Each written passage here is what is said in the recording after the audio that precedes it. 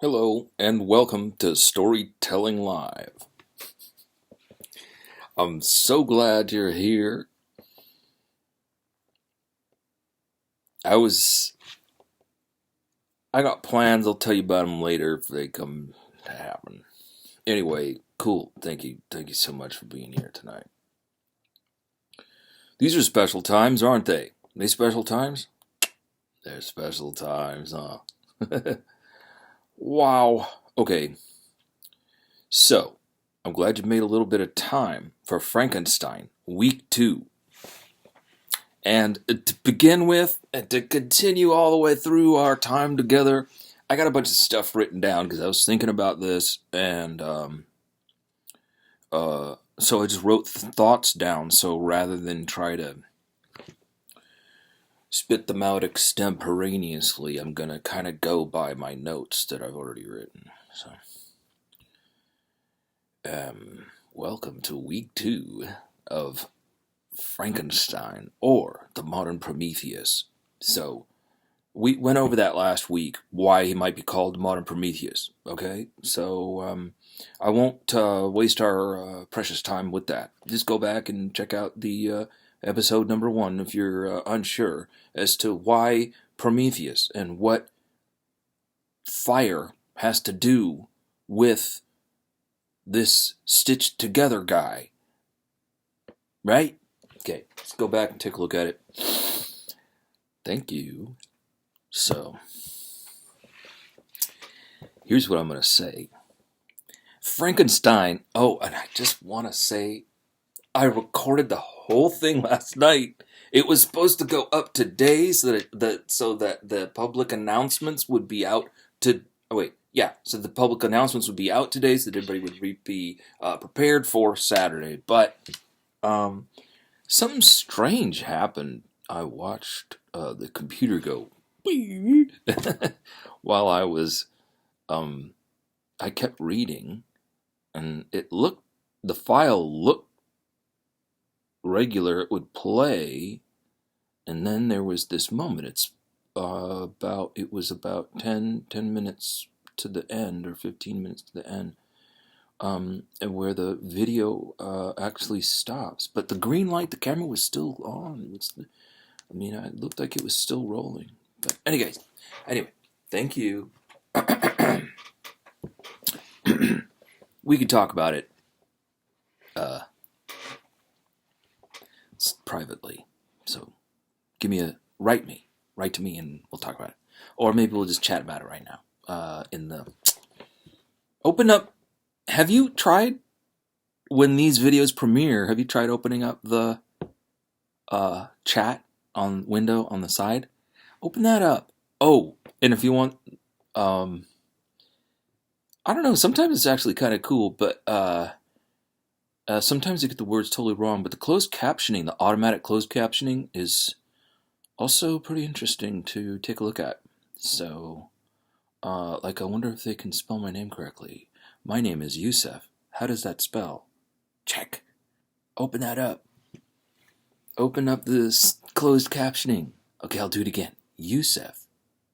Okay, what's that look like now? I don't know. Check it out. I'm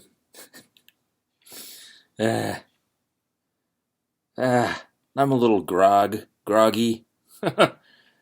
Winter's beautiful. Not enough rain where I live. We need a little more rain. I hope you guys are good where you're at, and warm, and safe, and calm, not angry, at peace, and sharing love with your neighbors. Not in that way. Not in the crazy sense. Unless you got some crazy neighbors. That's none of my business, man. TMI. Alright?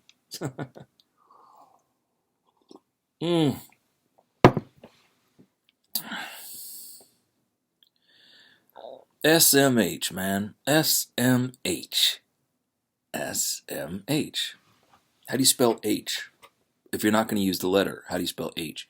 AYTCH. H. Frankenstein, or the Modern Prometheus, was first published on January 1st, 1818. So happy 203rd birthday, Frankie. The monster is often referred to as Frankenstein, but wouldn't he have appropriately taken his father's name or his mother's name? Would Victor Frankenstein be qualified also as a mother for having given birth? I mean, it didn't come out of his body, but there was no one else around. So he's both father and mother, wouldn't he be? IMHO, you know what I'm saying? However, the monster, or the creature, or the daemon, which I'm going to kind of call, daemon is totally different than demon. But I'm just going to say, alright, I'll just say daemon. As long as we know what that is, D-A-E-M-O-N, daemon. Or the creation, is the very book we're reading from. The book was born on January 1st, 1818. So then we celebrate this creature book birthday. Still walking the earth, the book is, 203 years later. And it's an amalgam, stitched together parts of Victorian and Elizabethan culture and literature with the assistance of a few writer-doctors. Is the creature, the book, a reflection of its creator? Perhaps. This is certainly fodder for further research, unless there is already such a paper. I'm not sure. In any case, from now on, when we see or hear the word Frankenstein, we can think of the monster as the book, and all the adventures maybe that happened to the monster in the story could be an allegory for the book's voyage through time to this day, and indeed beyond. There are a few sci-fi Frank movies and novels, and that's anyone's game now. Thanks to Frank, we are all fire wielders. The technology is born in and lands in our hands. It's born of our hands and it lands back in other people's hands. Wait, it's born in our hands and it lands back in our hands. Did I say that correctly? Yeah. Every day, at far beyond the scope of the book, but it definitely follows the protocols of the book. Technology. Creation of technology. So now I'm just talking about technology, no longer the book, but technology itself, not just technology as in machines and or generators and or television, but yes, but television, but media, but internet, but all that stuff, automobiles. It's created, we give it life, we release it, it's ambulant, it's self-ambulant, and it runs wild through the public at out of control, perhaps, of its creators, causing trouble, confusion, something meant in the first instance, just as the monster was, meant to improve life, has perhaps backfired in the creator's face. We can apply this to a number of things, including, not accepting the Golem stories, which I'm not Gollum, Golem. We'll talk about that another week, but I just wanted to make this. So the book is the monster is the monster, but is technology, to call it a monster is like almost a misnomer. It is a daemon, like a sprite, like it's a thing that we have created with the intention of making our lives easier, but instead it goes awry, perhaps. I mean, we are better connected. We can talk to our friends in long distance, in new ways, in better ways. But at the same time, it runs a little zany, but not exactly like the story. And we're getting right to the story right now. Okay, so I've got an section of an article, and I'll probably, again, post that URL if you can see the URL. If you cannot see the URL, write me, I'll give the URL. This comes from, I forgot the publication, I've got the URL. The Mysteries of Udolpho. In the 1790s, novelists rediscovered what Walpole had imagined. Horace Walpole, and that's the Castle of Otranto, and that's the giant stone Gothic hallways with the howling ghost and anyway, all the Gothic elements that we talked about last week. The doyenne of Gothic novelists was Anne Radcliffe, and her most famous novel, The Mysteries of Udolpho, published in 1794, which also merits your attention, took its title from the name of a fictional Italian castle where much of the action is set, like Walpole. She created a brooding, aristocratic villain, Montone, to threaten her resourceful virgin heroine Emily with an unspeakable fate. All of Radcliffe's novels are set in foreign lands, often with lengthy descriptions of sublime scenery. Udolpho is set amongst the dark and looming Apennine Mountains. Radcliffe derived her settings exclusively from travel books. On the title page of most of her novels was the description that was far more common than the word Gothic. Her usual subtitle was a romance. Other Gothic novelists of the period used the same word for their tales, advertising their supernatural thrills. A publishing company, Minerva Press, grew up simply to provide an eager public with this new kind of fiction. Back in 1794, it's amazing. I love it.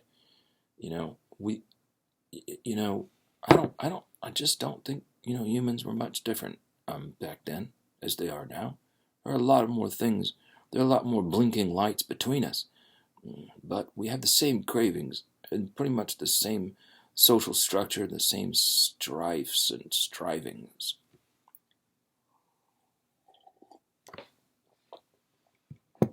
Maybe that's all debatable. Maybe we're completely different. I tend to think not. I really don't. I mean, our families. We had different goals, but we still had the same needs. We went about it a little differently. It's wonderful. It would be wonderful to time travel, wouldn't it? As a tourist, just to witness, and maybe to go back and to go to the corner and to pick up a penny dreadful or something like that, right? So, here's a little bit on Frankenstein and the Double. A second wave of Gothic novels in the second and third decades of the 19th century established new conventions. Mary Shelley's Frankenstein, 1818, gave a scientific form to the supernatural formula. Charles Mautran's Melmoth the Wanderer of 1820 featured a Byronic antihero who had sold his soul for a prolonged life. And James Hogg's elaborately titled The Private Memoirs and Confessions of a Justified Sinner, 1824, is the story of a man pursued by his own double. A character's sense of encountering a double of him or herself, also essential to Frankenstein, was established as a powerful, new Gothic motif. Doubles crop up throughout Gothic fiction, the most famous example being the late 19th century Gothic novella Robert Louis Stevenson's Strange Case of Dr. Jekyll and Mr. Hyde, and of your following storytelling line, then you know how we covered it, and how we talked about duality, and it's also available on this page. So peruse if you like. Those are copied from when I was reading on Facebook Live, and one day I hope to get back there unless we are freed from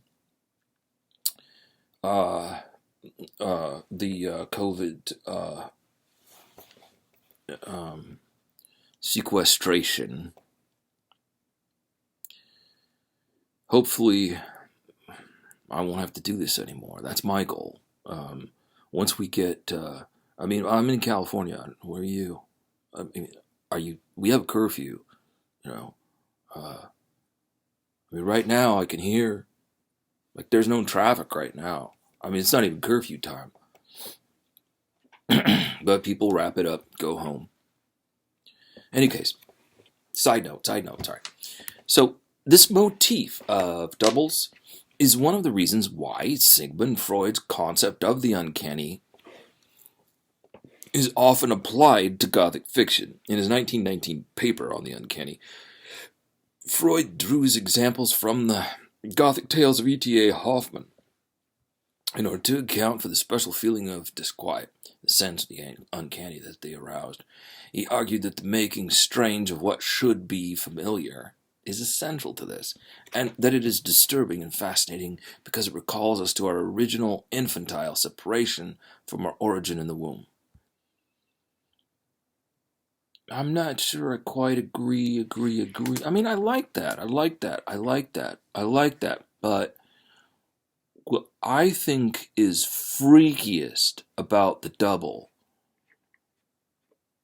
is more like the Hall of Mirrors, where one looks into, well, it was Keats, through a glass darkly, right? You're looking at your reflection, but that's not quite the you, the daylight you that you thought you knew. You're looking into a mirror, but what looks back at you is something that looks a lot like you, but something maligned, something darker, something you may have been trying to suppress. And there it is in your reflection, expressed. And that's the horror. And that's MHO. Extreme psychological states and horror. Another writer who commonly exploited doubles in his Gothic tales was the American Edgar Allan Poe. He used many of the standard properties of the Gothic literature: medieval settings, castles, ancient houses, aristocratic corruption, but turned these into an exploration of extreme psychological states. He was attracted to the genre because he was fascinated by fear. The nature of fear. In his hands, Gothic was becoming horror, which is a term properly applied to the most famous late Victorian example of Gothic literature, Bram Stoker's Dracula. The opening section of Dracula uses some familiar Gothic properties: the castle whose chambers contain the mystery that the protagonist must solve, the sublime scenery that emphasizes his isolation. Stoker learned from the vampire stories that had appeared earlier in the 19th century, notably Carmilla, 1872, by Sheridan Le Fanu, who was his friend and collaborator, and exploited the narrative methods of Wilkie Collins's sensation fiction. So Dracula is also an amalgam, written in the form of journal entries and letters by various characters, caught up in the horror of events. One of the classic Gothic traits we talked about it last week. The fear and uncertainty on which Gothic literature always relied is enacted in this kind of style of narration. What I wanted to say again about Poe, and we did also Fall of the House of Usher, so that the aristocratic the gradual disassembly of the mental state of the aristocratic characters. Oh, this is a little wordy person I'm just playing with. But the gradual disintegration of the psyche, of the mentality, of the sound of mind of the aristocratic characters in these tales is also reflected in the house itself, in the architecture, in the Gothic architecture.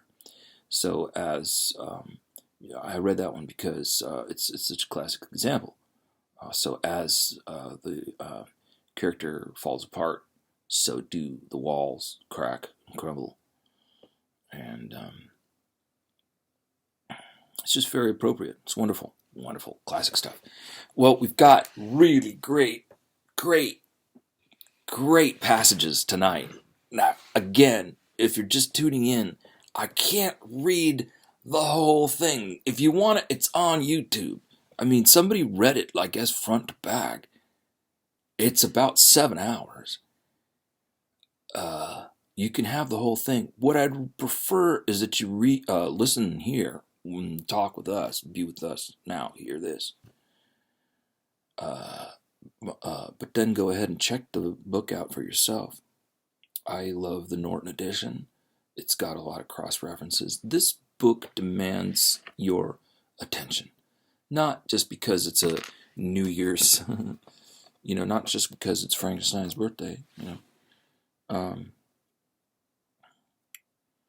but because this is the incredible voice of a young woman with incredible parents from an incredible time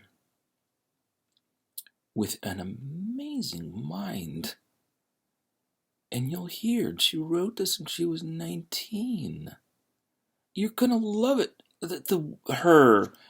Her vocabulary, her sentences, her images, the complete how to say it. So she didn't write the story so that it is even like, Victor's diary or something. It's a ship captain on his way up to the North Pole.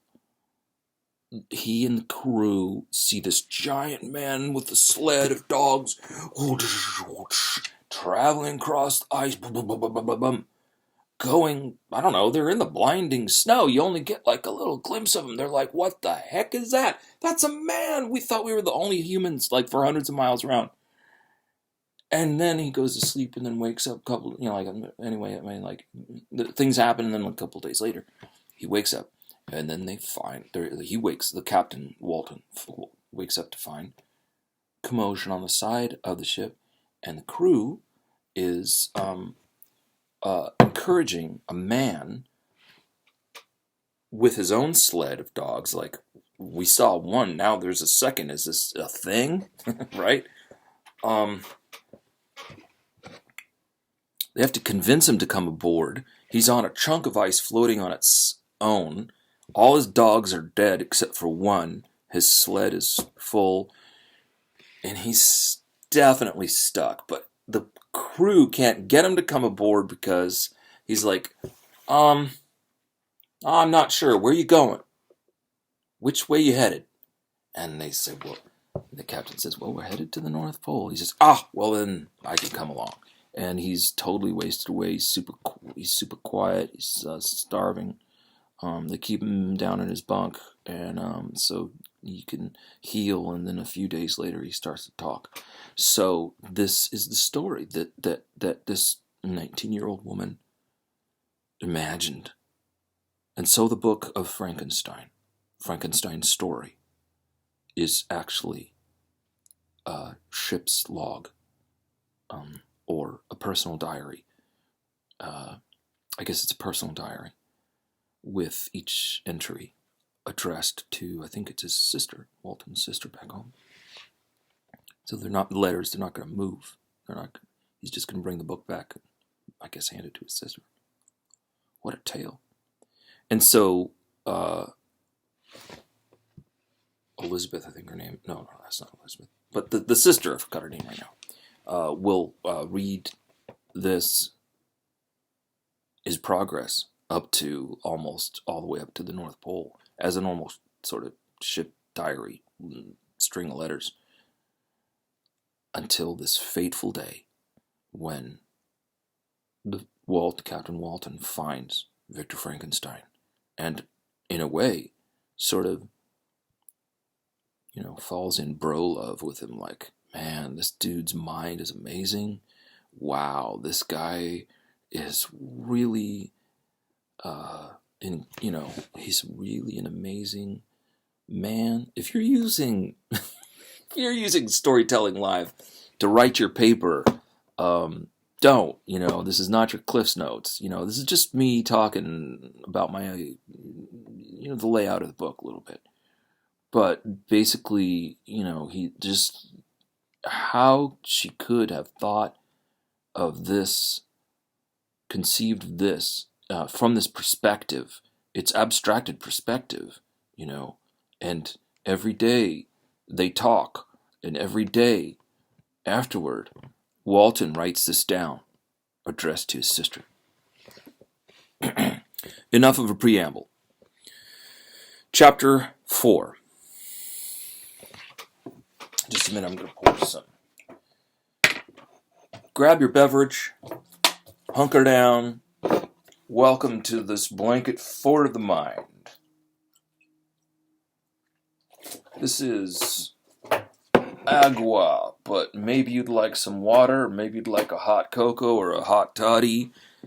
It's my gift to you. Why don't you just serve it and pretend we're sharing a drink, Get your cocoa and get your blankets and get your jammies. Chapter 4. From this day, in natural philosophy, and particularly chemistry. Oh, because he's just met the professor who's changed his whole world, because he met one professor who was nasty, and the other professor says, actually, the stuff you've been reading is the purest basis of where science is now. That's Agrippa and Paracelsus and the ancient alchemists. Chemistry is based on that, and our future this is the platform for where our future will actually take off, and you are at the cutting edge because you already have the most important background. But the previous professor was saying, you must start all over, right? So Victor's encouraged. From this day, natural philosophy, and particularly chemistry, in the most comprehensive sense of the term, became nearly my sole occupation. I read with ardor these works, so full of genius and discrimination, which modern inquirers have written on these subjects. I attended the lectures and cultivated the acquaintance of the men of science at the university, and I found, even in Mr. Crampy, a great deal of sound sense and real information, combined, it is true, with a repulsive physiognomy and manners, but not on that account the less valuable. In Mr. Waldman, I found a true friend. His gentleness was never tinged by dogmatism, and his instructions were given with an air of frankness and good nature that banished every idea of pedantry.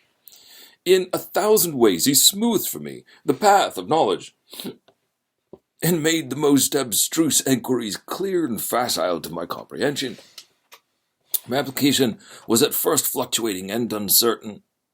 It gained strength as I proceeded, and soon became so ardent and eager that the stars often disappeared into the light of morning while I was yet engaged in my laboratory. As I applied so closely, it may be easily conceived that my progress was rapid. My ardor was indeed the astonishment of the students, and my proficiency that of the masters. Professor Krempy often asked me with a sly smile how Cornelius Agrippa went on, while Mr. Waldman expressed the most heartfelt exultation in my progress. 2 years passed in this manner, during which I paid no visit to Geneva, but was engaged, heart and soul, in the pursuit of some discoveries which I hoped to make. None but those who have experienced them can conceive of the enticements of science. In other studies you go so far as others have gone before you, and there's nothing more to know. But in a scientific pursuit there's continual food for discovery and wonder. A mind of moderate capacity, which closely pursues one study, must infallibly arrive at great proficiency in that study, and I, who continually sought the attainment of one object of pursuit, and was solely wrapped up in this, improved so rapidly that at the end of 2 years I made some discoveries in the improvement of some chemical instruments, which procured me great esteem and admiration at the university. When I had arrived at this point, and had become well acquainted with the theory and practice of natural philosophy as depended on the lessons of any of the professors at Ingolstadt, my residence there being no longer conducive to my improvements, I thought of returning to my friends and my native town when an incident happened that protracted my stay. One of the phenomena which had peculiarly attracted my attention was the structure of the human frame, and indeed any animal endued with life. Whence I often asked myself, did the principle of life proceed? It was a bold question, and one which has ever been considered as a mystery, yet with how many things are we upon the brink of becoming acquainted, if cowardice or carelessness did not restrain our enquiries. I resolved these circumstances in my mind, and determined thenceforth to apply myself more particularly to those branches of natural philosophy which relate to physiology. Unless I had been animated by an almost supernatural enthusiasm, my application to this study would have been irksome and almost intolerable. To examine the causes of life, we must first have recourse to death. I became acquainted with the science of anatomy, but this was not sufficient. I must also preserve the natural decay and corruption of the human body. In my education, my father had taken the greatest precautions that my mind should be impressed with no supernatural horrors. I do not ever remember to have trembled at a tale of superstition, or to have feared the apparition of a spirit. Darkness had no effect upon my fancy, and a churchyard was to me merely the receptacle of bodies deprived of life, which, from being the seat of beauty and strength, had become food for the worm. Now I was led to examine the cause and progress of this decay, and forced to spend days and nights in vaults and charnel houses. My attention was fixed upon every object, the most insupportable to the delicacy of human feelings. I saw how the fine form of man was degraded and wasted. I beheld the corruption of death succeed to the blooming cheek of life. I saw how the worm inherited the wonders of the eye and brain. I paused, examining and analyzing all the minutiae of causation, as exemplified in the change from life to death and death to life, until from the midst of this darkness a sudden light broke in upon me. A light so brilliant and wondrous, yet so simple, that while I became dizzy with the immensity of the prospect which illustrated, I was surprised that among so many men of genius who had directed their enquiries toward the same science, that I alone should be reserved to discover so astonishing a secret. Remember, I'm not recording the vision of a madman. The sun does not more certainly shine in the heavens than that which I now affirm is true. Some miracle might have produced it, yet the stages of the discovery were distinct and probable. After days and nights of incredible labor and fatigue, I succeeded in discovering the cause of generation and life. Nay, more, I became myself capable of bestowing animation upon lifeless matter. The astonishment which I had at first experienced on this discovery soon gave place to delight and rapture. After so much time spent in painful labor, to arrive at once at the summit of my desires was the most gratifying consummation of my toils. But this discovery was so great and overwhelming that all the steps by which I had been progressively led to it were obliterated, and I beheld only the result. What had been the study and desire of the wisest men since the creation of the world was now within my grasp. Not that, like a magic scene, it all opened up upon me at once. The information I had obtained was of a nature rather to direct my endeavors so soon as I should point them toward the object of my search, than to exhibit the object already accomplished. It was like the mummy who had been buried with the dead and found a passage to life, aided only by one glimmering and seemingly ineffectual light. I see by your eagerness and the wonder and hope which your eyes express, my friend, that you expect to be informed of the secret with which I am acquainted. That cannot be.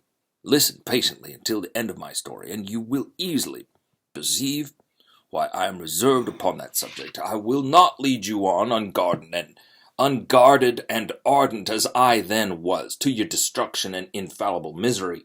Learn from me, if not by my precepts, at least by my example, how dangerous is the acquirement of knowledge, and how much happier that man is who believes his native town to be the world, than he who aspires to become greater than his nature will allow.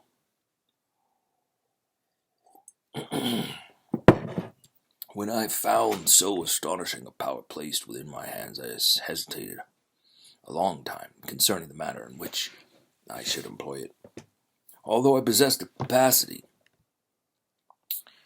of bestowing animation, yet to prepare a frame for the reception of it, with all its intricacies of fibers, muscles, and veins, still remained a work of inconceivable difficulty and labor.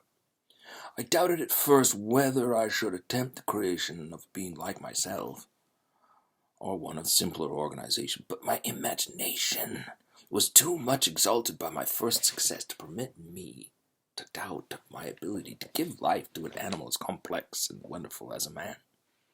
The materials at present within my command hardly appeared adequate to so arduous an undertaking, but I doubted that I should ultimately succeed.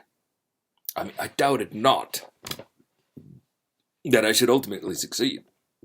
I prepared myself for a multitude of reverses. My operations might be incessantly baffled, and at last my work be imperfect. Yet, when I considered the improvement which every day takes place in science and mechanics, I was encouraged to hope my present attempts would at least lay the foundations of future success.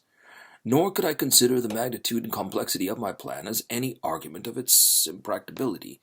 It was with these feelings that I began the creation of a human being. As the minuteness of the parts formed a great hindrance to my speed, I resolved, contrary to my first intention, to make the being of a gigantic stature. That is to say, about 8 feet in height, and proportionably large. After having formed this determination, and having spent some months in successfully collecting and arranging my materials, I began. No one can conceive the variety of feelings which bore me onward. Like a hurricane, in the first enthusiasm of success, life and death appeared to me ideal bounds, which I should first break through, and pour a torrent of light into our dark world. A new species would bless me as its creator and source. Many happy and excellent natures would owe their being to me. No father could claim the gratitude of his child so completely as I should deserve theirs. Pursuing these reflections, I thought that if I could bestow animation upon lifeless matter, I might in process of time, although I now found it impossible, renew life, where death had apparently devoted the body to corruption. These thoughts supported my spirits, while I pursued my undertaking with unremitting ardor. My cheek had grown pale with study, and my person had become emaciated with confinement, sometimes on the very brink of certainty. I failed, yet still I clung to the hope which the next day or the next hour might realize. One secret which I alone possessed was the hope to which I had dedicated myself, and the moon gazed upon my midnight labors while, with unrelaxed and breathless eagerness, I pursued nature to her hiding places. Who shall conceive the horrors of my secret toil as I dabbled among the unhallowed damps of the grave, or tortured the living animal to animate the lifeless clay? My limbs now tremble, my eyes swim with the remembrance, but then A resistless, almost frantic impulse urged me forward. I seemed to have lost all soul or sensation but for this one pursuit. It was indeed but a passing trance that only made me feel with renewed acuteness, as so soon as the unnatural stimulus ceasing to operate, I had returned to my old habits. I collected bones from charnel houses and disturbed, with profane fingers, the tremendous secrets of the human frame. In a solitary chamber, rather cell, at the top of the house, and separated from all the other apartments by a gallery and a staircase, I kept my workshop of filthy creation. My eyeballs were starting from their sockets in attending to the details of my employment. The dissecting room, the slaughterhouse furnished many of my materials, and often did my human nature turn with loathing from my occupation, while still urged on by an eagerness which perpetually increased, I brought my work near to a conclusion. The summer months passed while I was thus engaged, heart and soul, in one pursuit. It was a most beautiful season. Never did the fields bestow a more plentiful harvest, or the vines yield a more luxuriant vintage. But my eyes were insensible to the charms of nature, and the same feelings which made me neglect the scenes around me caused me also to forget those friends who were so many miles absent, and whom I had not seen for so long a time. I knew my silence disquieted them, and I well remembered the words of my father. I know that while you are pleased with yourself, you will think of us with affection, and we shall hear regularly from you. You must pardon me if I regard any interruption in your correspondence as a proof that your other duties are equally neglected. I knew well, therefore, what would be my father's feelings, but I could not tear my thoughts from my employment. Those from it itself, but which had taken an irresistible hold of my imagination. I wished, as it were, to procrastinate all that related to my feelings of affection until the great object, which swallowed up every habit of my nature, should be completed. I then thought that my father would be unjust if he ascribed my neglect to vice or faultiness on my part. But I'm now convinced that he was justified in conceiving that I should not be altogether free from blame. A human being in perfection ought always to preserve a calm and peaceful mind, and never to allow passion or a transitory desire to disturb his tranquillity. I do not think that the pursuit of knowledge is an exception to this rule. If the study to which you apply yourself has tendency to weaken your affections and to destroy your taste for those simple pleasures in which no alloy can possibly mix, then that study is certainly unlawful. That is to say, not befitting the human mind. If this rule were always observed, if no human allowed any pursuit whatsoever to interfere with the tranquillity of his domestic affections, Greece had not been enslaved. Caesar would have spared his country. America would have been discovered more gradually, and the empires of Mexico and Peru had not been destroyed. But I forget that I'm moralizing in the most interesting part of my tale, and your looks remind me to proceed. My father made no reproach in his letters, and only took notice of my silence by inquiring into my occupations more particularly than before. Winter, spring, and summer passed away during my labors, but I did not watch the blossom or the expanding leaves, sights which before always yielded me supreme delight. So deeply was I engrossed in my occupation. The leaves of that year had withered before my work drew near to a close, and now every day showed me more plainly how well I had succeeded. But my enthusiasm was checked by my anxiety, and I appeared rather like one doomed by slavery to toil in the mines or any other unwholesome trade, than an artist, occupied by his favorite employment. Every night I was oppressed by a slow fever, and I became nervous to a most painful degree. The fall of a leaf startled me, and I shunned my fellow creatures as if I had been guilty of a crime. Sometimes I grew alarmed at the wreck I had perceived that I had become. The energy of my purpose alone sustained me. My labors would soon end, and I believed that exercise and amusement would then drive away incipient disease. And I promised myself both of these when my creation should be complete. Chapter 5. How are we doing? You good? Cheers. Get a drink of water. Ready? Chapter 5. This is Chapter 5. I think these are the lines that she imagined first, or very early on. These are the lines that she talks about in a couple of situations. I forget where in the readings. All you have to do is Google these lines, and you get some pretty good material. The first sentence. This sentence right here. I love good writing, man. Do you? I'm crazy about it.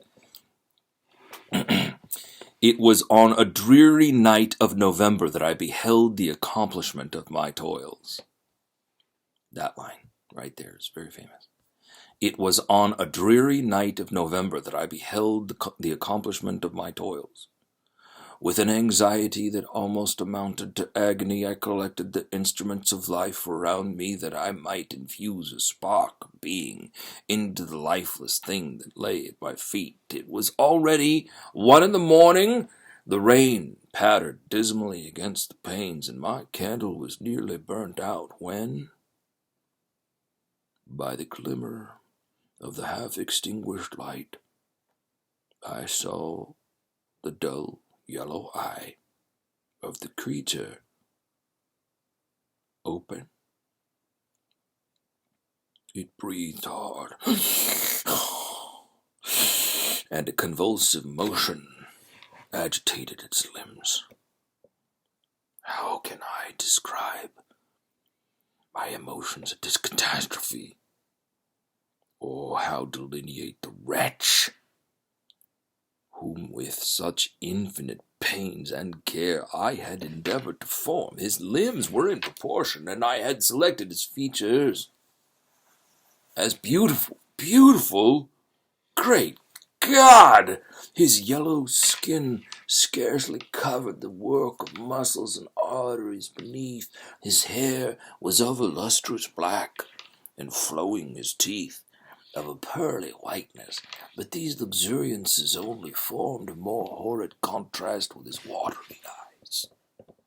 It seemed almost the same color as the dun white sockets in which they were set, his shriveled complexion and straight black lips.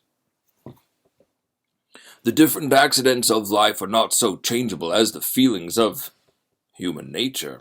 I had worked hard for nearly 2 years for the sole purpose of infusing life into an inanimate body. For this I had deprived myself of rest and health.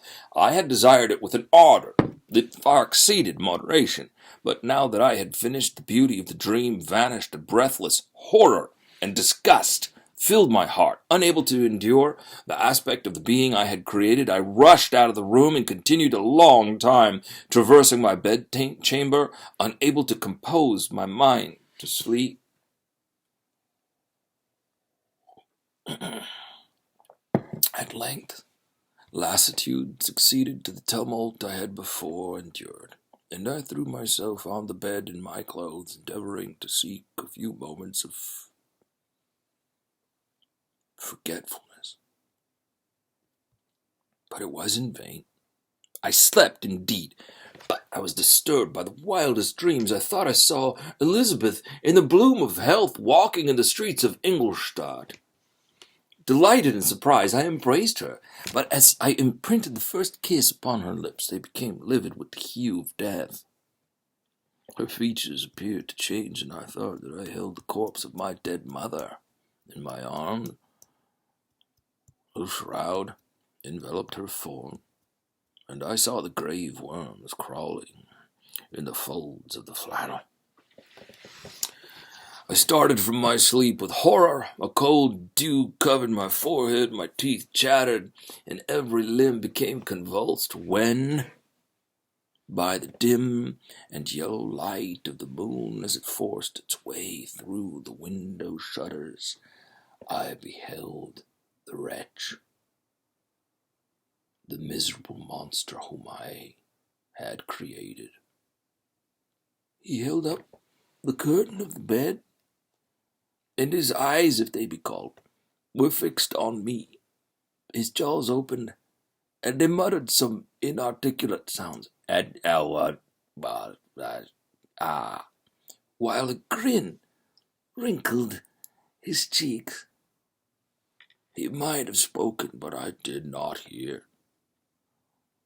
One hand was stretched out, seemingly to detain me, but I escaped and rushed downstairs. I took refuge in the courtyard belonging to the house which I inhabited, where I remained during the rest of the night, walking up and down in the greatest agitation, listening attentively, catching and fearing each sound as if it were to announce the approach of the demoniacal corpse to which I had so miserably given life. Oh, no mortal could support the horror of that countenance. A mummy again, endued with animation, could not be so hideous as that wretch. I had gazed on him while unfinished. He was ugly then. But when those muscles and joints were rendered capable of motion, it became a thing such as even Dante could not have conceived. I passed that night wretchedly. Sometimes my pulse beat so quickly and hardly that I felt the palpitation of every artery. In others, I nearly sank to the ground through languor and extreme weakness. Mingled with this horror, I felt the bitterness of disappointment. Dreams that had been my food and pleasant rest for so long a space were now become a hell to me. And the change was so rapid, the overthrow so complete. Morning, dismal and wet, at length dawned, and discovered to my sleepless and aching eyes the church of Ingolstadt, its white steeple and clock which indicated the 6th hour. The porter opened the gates of the court which had that night been my asylum, and I issued into the streets, pacing them with quick steps as if I sought to avoid the wretch whom I feared in every turning of the street would present to my view. I did not dare return to the apartment which I inhabited, but felt impelled to hurry on, although drenched by the rain which poured from a black and comfortless sky. I continued walking in this manner for some time, endeavoring by bodily exercise to ease the load that weighed upon my mind. I traversed the streets without any clear conception of where I was or what I was doing. My heart palpitated the sickness of fear, and I hurried on with irregular steps, daring not to look about me, like one who on a lonely road doth walk in fear and dread, and having once turned round walks on, and turns no more his head, because he knows a frightful fiend doth close behind him tread. Continuing thus, at length opposite to the inn, at which the various diligences and carriages usually stopped, here I paused. I knew not why, but I remained some minutes with my eyes fixed on a coach that was coming toward me from the other end of the street.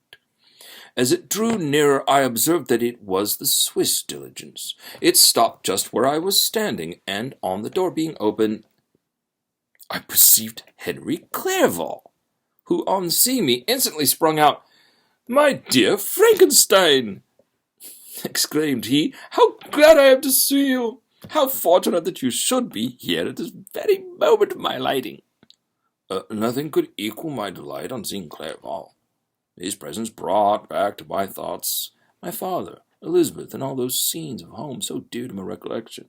I grasped his hand, and in a moment forgot my horror and misfortune. I felt suddenly, and for the first time during many months, calm and serene joy. I welcomed my friend, therefore, in the most cordial manner, and we walked towards my college. Clerval continued talking for some time about our mutual friends and his own good fortune in being permitted to come to Ingolstadt. "You may easily believe," said he, "how great was the difficulty to persuade my father that all necessary knowledge was not comprised in the noble art of bookkeeping, and indeed I believe I left him incredulous to the last, for his constant answer to my unwearied entreaties was the same as that of the Dutch schoolmaster of the Vicar of Wakefield. 'I have 10,000 florins a year without Greek. I eat heartily without Greek.'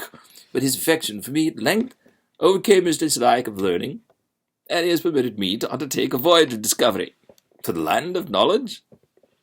It gives me the greatest delight to see you, but tell me how you left my father, brothers, and Elizabeth." "Very well, and very happy, only a little uneasy that they hear from you so seldom. And by the by, I meant to lecture you a little upon their account myself. But, my dear Frankenstein," continued he, stopping short and gazing full in my face, "I did not before remark how very ill you appear, so thin and pale. You look as if you'd been watching for several nights." "You have guessed right. I have lately been so deeply engaged in one occupation that I have not allowed myself sufficient rest, as you see. But I sincerely hope, that all these employments are now at an end, and that I am, at length, free." I trembled excessively. I could not endure to think of, and far less allude to, the occurrences of the preceding night. I walked with a quick pace, and we soon arrived at my college. I then reflected, and the thought made me shiver, that the creature whom I had left in my apartment might still be there, alive, and walking about. Entreating him, therefore, to remain a few minutes at the door before I recollected myself. At the bottom of the stairs, I darted up towards my own room. My hand was already on the lock of the door before I recollected myself. I then paused, and a cold shivering came over me.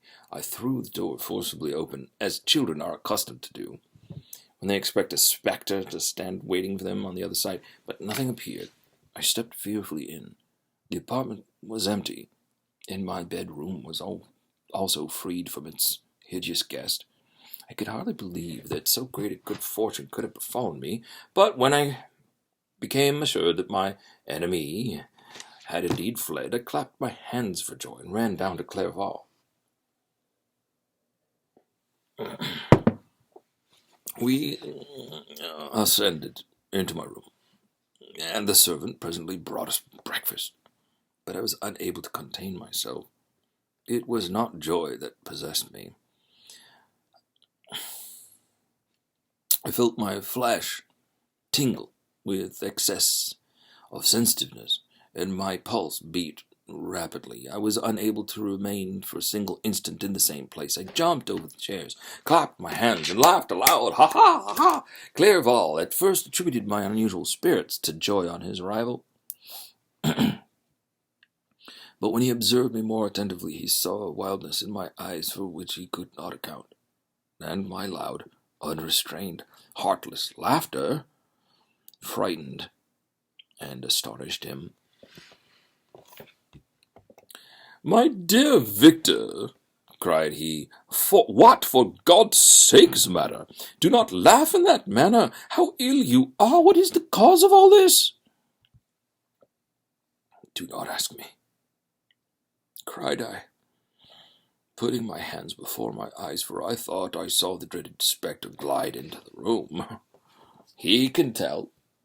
"Oh, save me, save me!" I imagined that the monster seized me. I struggled furiously and fell down in a fit. Poor Clerval! What must have been his feelings? A meeting which he anticipated with such joy so strangely turned to bitterness. But I was not the witness of his grief, for I was lifeless, and did not recover my senses for a long, long time. This was the commencement of a nervous fever, which confined me for several months. During all that time, Henry was my only nurse. I afterwards learned that, knowing my father's advanced age and unfitness for so long a journey, and how wretched my sickness would make Elizabeth, he spared them this grief by concealing the extent of my disorder. He knew that I could not have a more kind and attentive nurse than himself, and, firm in the hope that he felt of my recovery, he did not doubt that, instead of doing harm, he performed the kindest action that he could towards them. But I was in reality very ill, and surely nothing but the unbounded and unremitting attentions of my friend could have restored me to life. The form of the monster on whom I had bestowed existence was forever before my eyes, and I raved incessantly concerning him. Doubtless my words surprised Henry. He at first believed them to be the wanderings of my disturbed imagination, but the pertinacity with which I continually recurred to the same subject persuaded him that my disorder indeed owed its origin to some uncommon and terrible event. By very slow degrees, and with frequent relapses, that alarmed and grieved my friend, I recovered. I remember the first time I became capable of observing outward objects with any kind of pleasure. I perceived that the fallen leaves had disappeared, and that the young buds were shooting forth from the trees that shaded my window. It was a divine spring, and the season contributed greatly to my convalescence. I felt also sentiments of joy and affection revived in my bosom. My gloom disappeared, and in a short time it became as cheerful as before I was attacked by the fatal passion. "Dearest Clerval," exclaimed I, "how kind, how very good you are to me. This whole winter, instead of being spent in study as you promised yourself, has been consumed in my sick room. How shall I ever repay you?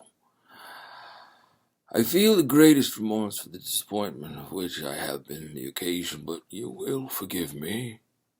"You will repay me entirely, if you do not discompose yourself, but get well as fast as you can, and since you appear in such good spirits, I speak to you on one subject. I may speak to you on one subject, may I not?" I trembled. One subject? Oh, what could it be? Could he allude to an object on whom I dared not even think? "Compose yourself," said Clerval, who observed my change of color. "I will not mention it if it agitates you, but your father and cousin would be very happy if they received a letter from you in your own handwriting. They hardly know how ill you've been, and are uneasy at your long silence." "Oh, is that all, my dear Henry? How could you suppose that my first thought would not fly towards those dear, dear friends whom I love, and who are so deserving of my love? If this is your present temper, my friend, you will perhaps be glad to see a letter that has been lying here some days for you. It is from your cousin, I believe." Chapter 7. Skipping ahead. Or, no, this is the very next chapter. Thanks for sticking with me. We're going over an hour. I usually try to keep these down to, well, we're going to actually... What's going on? Blah, blah, blah. Maybe 5 pages, maybe another 15 minutes. Something like that. 15, maybe 20 minutes. Something like that. The neighborhood's beautifully quiet right now, and I'm gesticulating like a madman here alone in my office. Thanks for sticking with us. Welcome to Storytelling Live. This is what it's like for as long as we have confinement.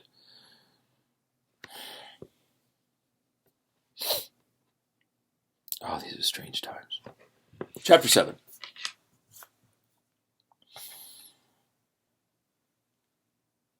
On my return, I found the following letter from my father. My dear Victor, you have probably waited impatiently for a letter to fix the date of your return to us, and I was at first tempted to write only a few lines, merely mentioning the day on which I should expect you. But that would be a cruel kindness, and I dare not do it. What would be your surprise, my son, when you expected a happy and glad welcome to behold, on the contrary, tears and wretchedness? And how, Victor, can I relate our misfortune? Absence cannot have rendered you callous to our joys and griefs, and how shall I inflict pain on my long absent son? I wish to prepare you for the woeful news, but I know it is impossible. Even now your eye skims over the page to seek the words which are to convey you the horrible tidings. William is dead. That sweet child, whose smiles delighted and warmed my heart, who was so gentle yet so gay. Victor, he's murdered! I will not attempt to console you, but we will simply relate the circumstances of the transaction. Last Thursday, May 7th, I, my niece, your two brothers, went to walk in the Plain Palais. The evening was warm and serene, and we prolonged our walk further than usual. It was already dusk before we had thought of returning, and we discovered that William and Ernest, who had gone on before, were not to be found. We accordingly rested on a seat until they should return. Presently Ernest came, and inquired if we had seen his brother. He said that he had been playing with him, and that William had run away to hide himself, and that he vainly sought for him, and afterwards waited for him a long time, but that he did not return. This account rather alarmed us, and we continued to search for him until night fell. When Elizabeth conjectured that he might have returned to the house, he was not there. We returned again with torches, for I could not rest, when I thought that my sweet boy had lost himself and was exposed to all the damps and dews of night. Elizabeth also suffered extreme anguish. About 5 in the morning, I discovered my lovely boy, whom the night before I had seen blooming and active in health, stretched on the grass, livid and motionless. The print of the murderer's fingers was on his neck. He was conveyed home, and the anguish that was visible in my countenance betrayed the secret to Elizabeth. She was very earnest to see the corpse. At first I attempted to prevent her, but she persisted, and entering the room where it lay, hastily examined the neck of the victim, and clasping her hands, exclaimed, "Oh God, I have murdered my darling child!" She fainted, and was restored with extreme difficulty. When again she lived, it was only to weep and sigh. She told me that same evening William had teased her to let him wear a very valuable miniature that she possessed of your mother. This picture is gone, and was doubtless the temptation which urged the murderer to the deed. We have no trace of him at present, although our exertions to discover him are unremitted, but they will not restore my beloved William. Come, dearest Victor, you alone can console Elizabeth. She weeps continually, and accuses herself unjustly at the cause of his death. Her words pierce my heart. We're all unhappy, but will not that be an additional motive for you, my son, to return and be our comforter? Your dear mother, alas, Victor, I now say, thank God she did not live to witness the cruel, miserable death of her youngest darling. Come, Victor, not brooding thoughts of vengeance against the assassin, but with feelings of peace and gentleness that will heal instead of festering the wounds of our minds. Enter the house of mourning, my friend, but with kindness and affection for those who love you, and not with hatred for your enemies. Your affectionate and afflicted father, Alphonse Frankenstein. Geneva, May 12th, 177 something something. Because there's a hyphen. You always do that. Clerval, who had watched my countenance as I read this letter, was surprised to observe the despair that succeeded to the joy I at first expressed on receiving news from my friends. I threw the letter on the table and covered my face with my hands. My dear Frankenstein, exclaimed Henry when he perceived me weep with bitterness, are you always to be unhappy? My dear friend, what has happened? I motioned to him to take up the letter. While I walked up and down the room in the extremest agitation, tears also gushed from the eyes of Clerval as he read the account of my misfortune. I can offer you no consolation, my friend, said he. Your disaster is irreparable. What do you intend to do? To go instantly to Geneva. Come with me, Henry, to order the horses. During our walk, Clerval endeavored to say a few words of consolation. He could only express his heartfelt sympathy. Poor William, said he. Dear lovely child, he now sleeps with his angel mother. Who that had seen him bright and joyous in his young beauty must weep over his untimely loss, to die so miserably, to feel the murderer's grasp. How much more a murderer that could destroy such a radiant innocence. Poor little fellow! One only consolation have we. His friends mourn and weep, but he is at rest. The pang is over. His sufferings are at an end forever. A sod covers his gentle form, and he knows no pain. He can no longer be a subject for pity. We must reserve that for his miserable survivors. Clerval spoke thus as we hurried through the streets. The words impressed themselves on my mind, and I remembered them afterwards in solitude. But now, as soon as the horses arrived, I hurried into a cabriolet and bade farewell to my friend. My journey was very melancholy. At first I wished to hurry on, for I longed to console and sympathize with my loved and sorrowing friends. But when I drew near my native town, I slackened my progress. I could hardly sustain the multitude of feelings that crowded into my mind. I passed through scenes familiar to my youth, but which I had not seen for nearly 6 years. How altered everything might be during that time. One sudden and desolating change had taken place, but 1,000 little circumstances might have by degrees worked other alterations, which, although they were done more tranquilly, might not have been the less decisive. Fear overcame me. I dared not advance, treading 1,000 nameless evils that made me tremble, although I was unable to define them. I remained 2 days at Lausanne. In this painful state of mind, I contemplated the lake. The waters were placid. All around was calm, and the snowy mountains, the palaces of nature, were not changed. By degrees, the calm and heavenly scene restored me, and I continued my journey toward Geneva. The road ran by the side of the lake, which became narrow as I approached my native town. I discovered more distinctly the black sides of Jura and the bright summit of Mont Blanc. I wept like a child. Dear mountains, my own beautiful lake, how do you welcome your wanderer? Your summits are clear, the sky and lake are blue and placid. This is to prognosticate peace. Is this to prognosticate peace, or to mock at my unhappiness? I fear, my friend, that I shall render myself tedious by dwelling on these preliminary circumstances, but they were days. They were days of comparative happiness, and I think of them with pleasure.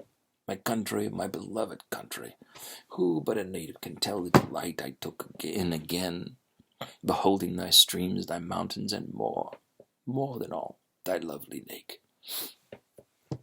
Yet, as I drew nearer home, grief and fear again overcame me. Night also closed around, and when I could hardly see the dark mountains, I felt still more gloomily.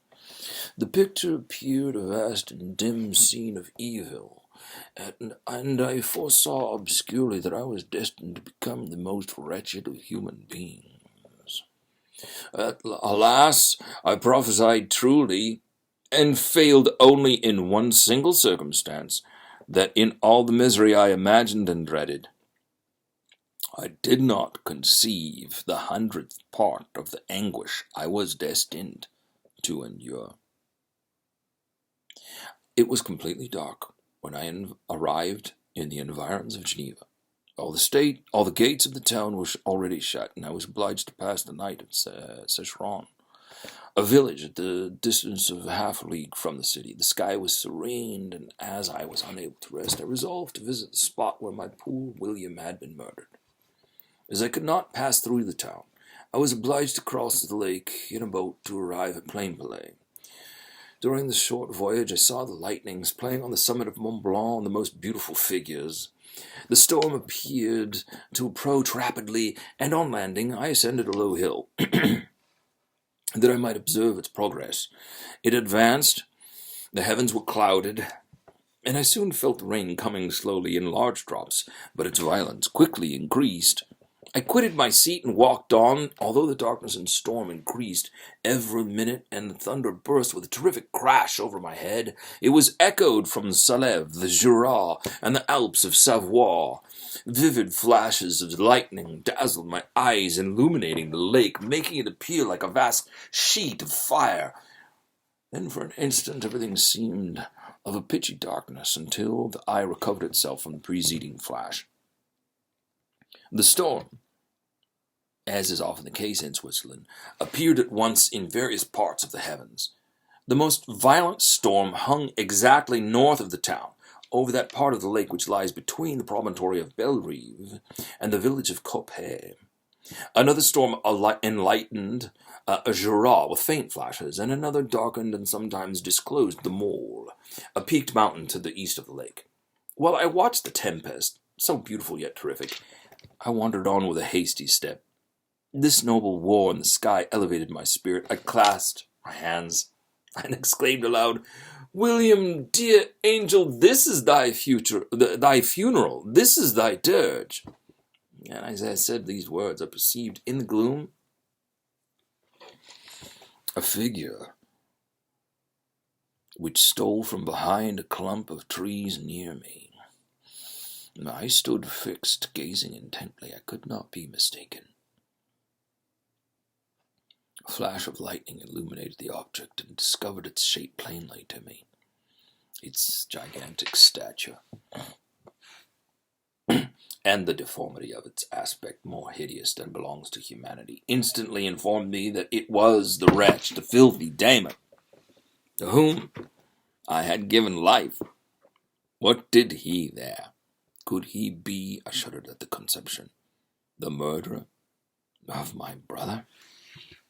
No sooner did that idea cross my imagination than I became convinced of its truth. My teeth chattered, and I was forced to lean against a tree for support. The figure passed me quickly, and I lost it in the gloom. Nothing in human shape could have destroyed that fair child. He was the murderer. I could not doubt it. The mere presence of the idea was an irresistible proof of the fact. I thought of pursuing the devil, but it would have been in vain, for another flash discovered him to me hanging among the rocks of the nearly perpendicular ascent of Mont Salève, a hill that bounds Plainpalais on the south. He soon reached the summit and disappeared. I remained motionless. The thunder ceased, but the rain still continued, and the scene was enveloped in an impenetrable darkness. I resolved in my mind the events which I had until now sought to forget, the whole train of my progress toward the creation, the appearance of the work of my own hands alive at my bedside, its departure. 2 years had now nearly elapsed since the night on which he first received life, and was this his first crime? Alas, I had turned loose into the world a depraved wretch whose delight was in carnage and misery. Had he not murdered my brother? No one can conceive the anguish I suffered during the remainder of the night, which I spent cold and wet in the open air. But I did not feel the inconvenience of the weather. My imagination was busy in scenes of evil and despair. I considered the being on whom I had cast among mankind and endowed with the will and power to effect purposes of horror, such as the deed which he had now done, nearly in the light of my own vampire, my own spirit let loose from the grave, and forced to destroy all that was near and dear to me. Day dawned, and I directed my steps toward the town. The gates were open, and I hastened to my father's house. My first thought was to discover what I knew of the murder and cause instant pursuit to be made. But I paused when I reflected on the story that I had to tell. A being who I myself had formed and endued with life had met me at midnight among the precipices of an inaccessible mountain. I remembered also the nervous fever with which I had been seized just at the time that I dated my creation, and which would give an air of delirium to a tale otherwise so utterly improbable. I well knew that if any other had communicated such a relation to me, I should have looked upon it as the ravings of insanity. Besides, the strange nature of the animal would elude all pursuit, even if I were so far credited as to persuade my relatives to commence it, and then of what use would be pursuit? Who could arrest a creature capable of scaling the overhanging sides of Mont Salève? These reflections determined me, and I resolved to remain silent. I don't know what time it is actually now, but it's 8 o'clock here. And the neighborhood is hooting and hollering in support of the first line workers. And maybe it's just to hoot and holler into the deep, dark night. I hope your dark night is a comfortable and warm one, and that you're very safe, and that you are very healthy. And if you're sick, if you're ill, I wish you health and a quick recovery. And I thank you for sticking with me and Storytelling Live. And that wraps up week number 2. Thank you so much. Thank you so much. Good night.